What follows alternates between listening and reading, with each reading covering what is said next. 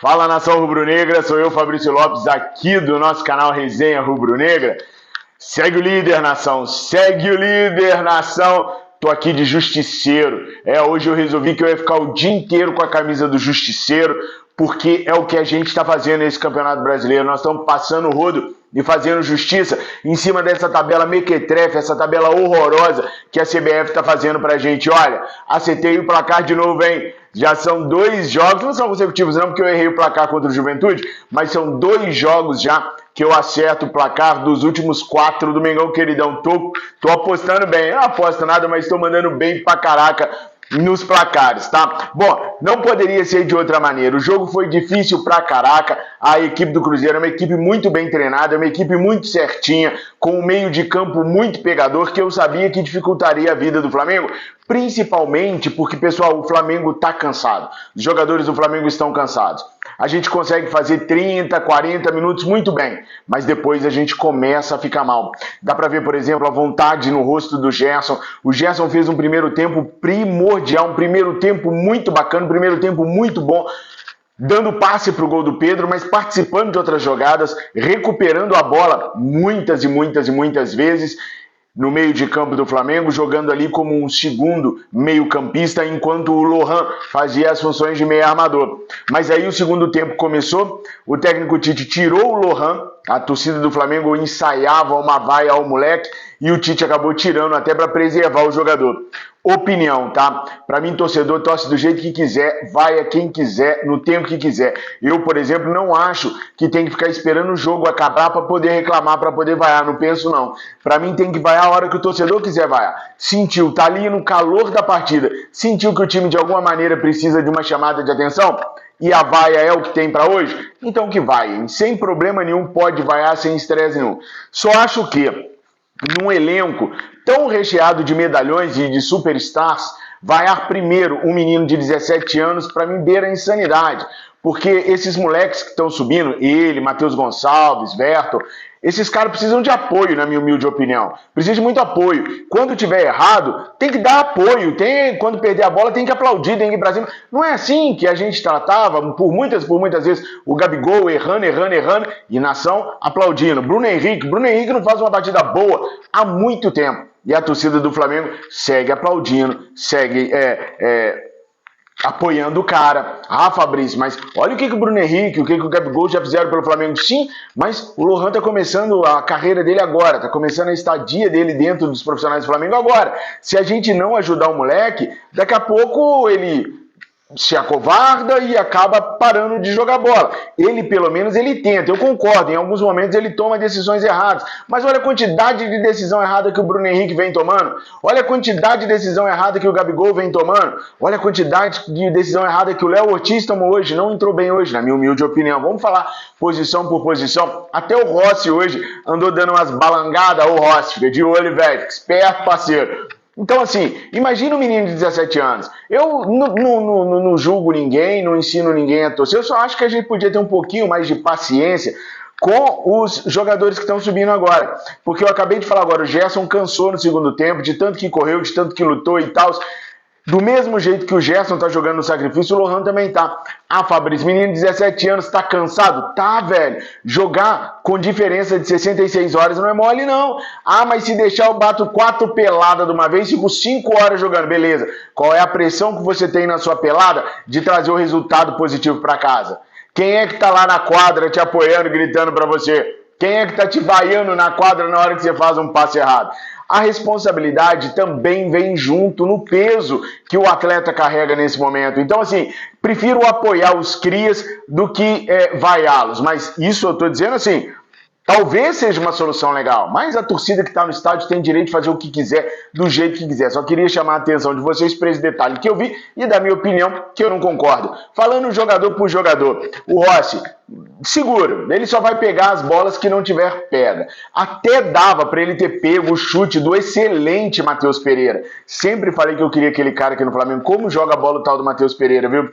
Mas enfim, até dava para ele pegar o chute do Matheus Pereira, mas tinha muita gente na frente dele e o chute foi de 19 metros, relativamente longe do gol. Então, a reação dele foi tardia por causa da distância e por causa da quantidade de pessoas à frente da bola. Mas mesmo assim, ele quase chegou nela, mas foi um golaço do Matheus Pereira. Só que antes disso, nós tivemos duas jogadas bem interessantes do Flamengo, tramadas pelo Pedro e o Lohan e pelo Gerson e o Pedro, que também levaram muito perigo ao gol da Raposa. Até foi o nosso primeiro gol. Então, para defender, o Rossi até que tá muito bem, sem estresse. Para mim não teve culpa de nada não, entendeu?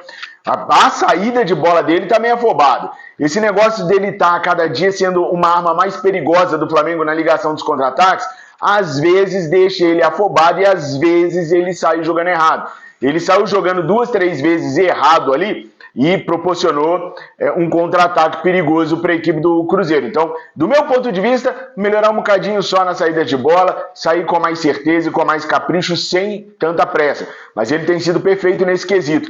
Wesley, com 15 minutos do primeiro tempo, o Wesley tinha 2 desarmes e 2 interceptações. Ou seja, defensivamente o Wesley vem numa crescente. A saída de bola com o Wesley também está sendo muito bem feita. Ali no quesito defensivo, o Wesley melhorou muito, cresceu muito. É ofensivamente que ele parece que ele se transforma. Ele fez uma jogada, o Pedro tá um horror de jogador, meu Deus, como joga a bola o tal do Dom Pedrão. O Pedro fez uma jogada no segundo tempo que ele limpou 3 zagueiros da equipe do Cruzeiro e rolou sozinho pro Wesley. O Wesley fez a ultrapassagem, entrou na área, deu um bico pro segundo pau lá, que a bola quase saiu da grande área e o Ayrton Lucas tentou pegar, foi onde aconteceu o pênalti, que eu vou falar mais na frente para vocês sobre isso. Mas podia ter cruzado com mais capricho, era levantar a cabeça, dar uma fatiada assim pro alto, um pouquinho para trás, que o Pedro ia pegar de cabeça assim para frente do gol do Cruzeiro, mas deu uma porrada que a bola quase saiu na lateral do outro lado de lá. Enfim, as decisões ofensivas do Wesley, na minha opinião hoje, é que influenciam negativamente o desempenho dele dentro de campo. Mas tudo que eu tô falando aqui é para você falar aí, é para você comentar aí o que você pensa, tá ligado? A dupla de zaga, Fabrício Bruno e Davi Luiz. Pela primeira vez eu vi o Fabrício Bruno perdendo na corrida para um atacante. No primeiro tempo ele perdeu na corrida para um dos atacantes do Cruzeiro, mas não resultou em gol, não deu maiores problemas, então abafa o caso, deixa quieto, não vamos esparrodar isso não para ninguém se assanhar. Muito bem, Fabrício Bruno, que ainda fez um golaço, um chute de cabeça numa cobrança de falta do Luiz Araújo. Perfeita cobrança de falta, a Milene ficou espantada.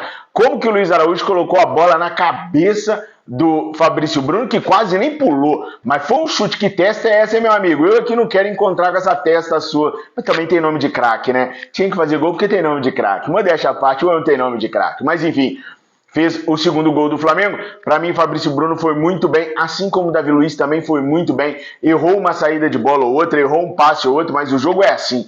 O jogo é jogado, lambaria pescado e erra mesmo. Vai errar num jogo, vai errar no outro. Então, normal. Na média, foram muito bem, tanto Fabrício Bruno quanto o Davi Luiz. Lá na lateral esquerda é que eu não gostei. Não gostei do Ayrton Lucas, mais uma partida bizonha dele. O lado esquerdo do Flamengo tá me lembrando o lado direito do Flamengo de antigamente.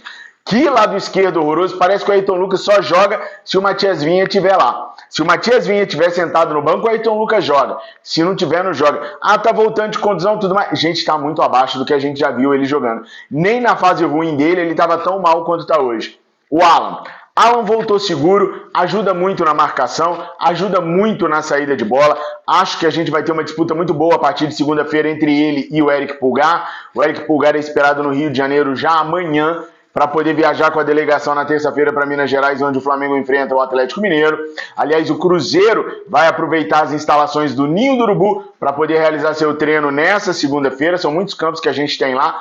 Vai aproveitar as instalações para treinar, porque eles vão para Santa Catarina na segunda noite ou na terça pela manhã, tá? Então o Cruzeiro vai ser nosso convidado lá no Ninho do Urubu para se preparar para o jogo contra o Criciúma, se não me falha a memória. Mas enfim, o Alan ajudou muito, ajuda pra caraca. Ele e Eric Pulgar vão disputar a posição.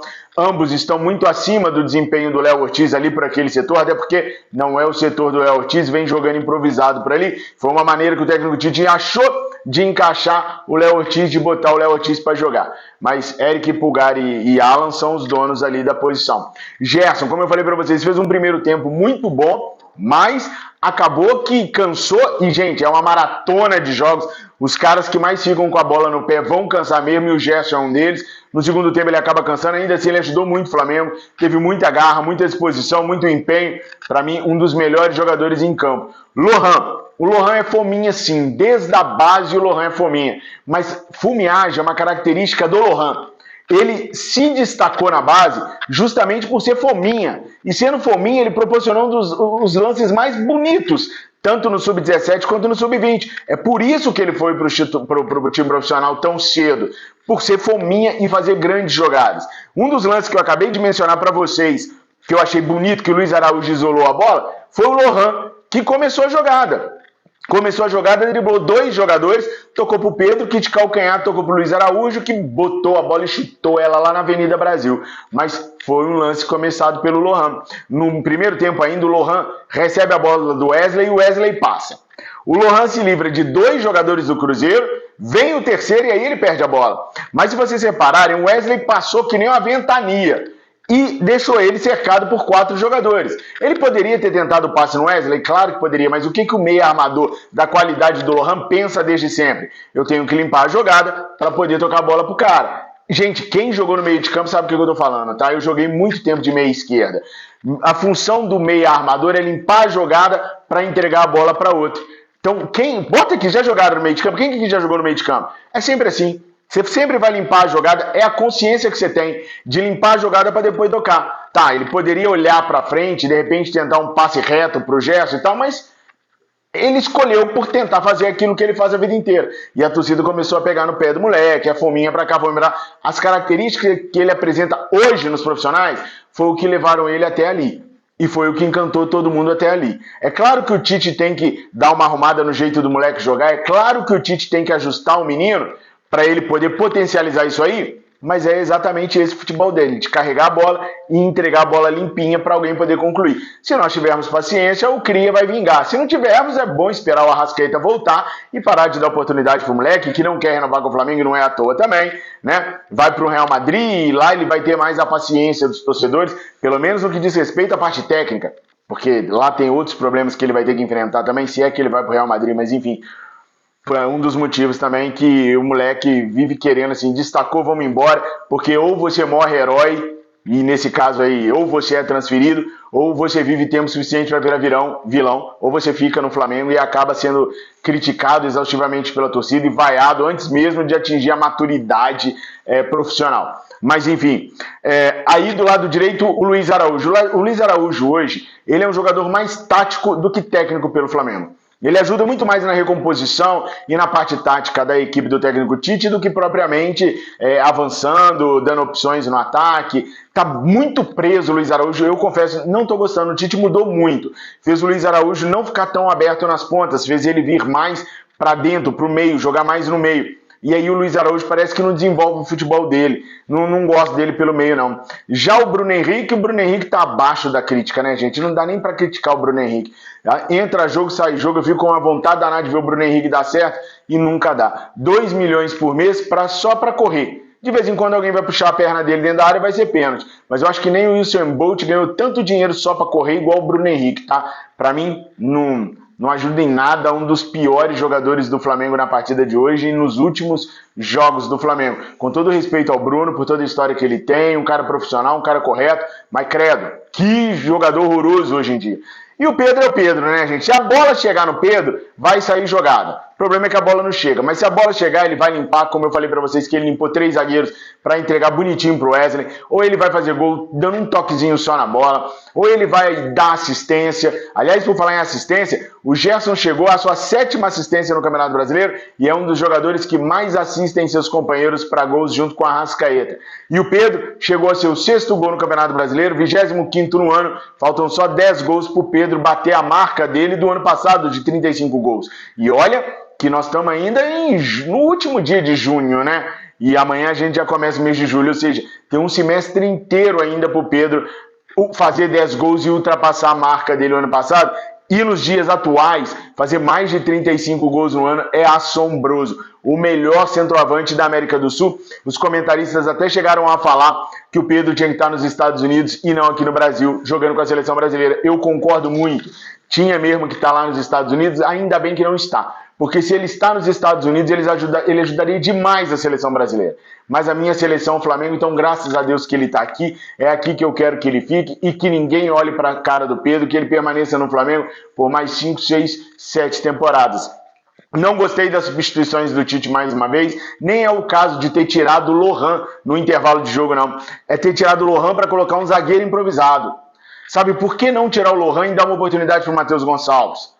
Ah, porque o Matheus Pereira estava muito solto. Então ajusta a marcação, coloca alguém para jogar mais perto dele, traz o Alan para jogar mais perto dele, ajusta a marcação do Gerson, mas não tira alguém de criação para colocar um zagueiro, não. O Cruzeiro no segundo tempo, depois da mexida do Tite, aumentou demais a posse de bola. Quando o Flamengo faz o gol do Fabrício Bruno, o Cruzeiro era melhor na partida.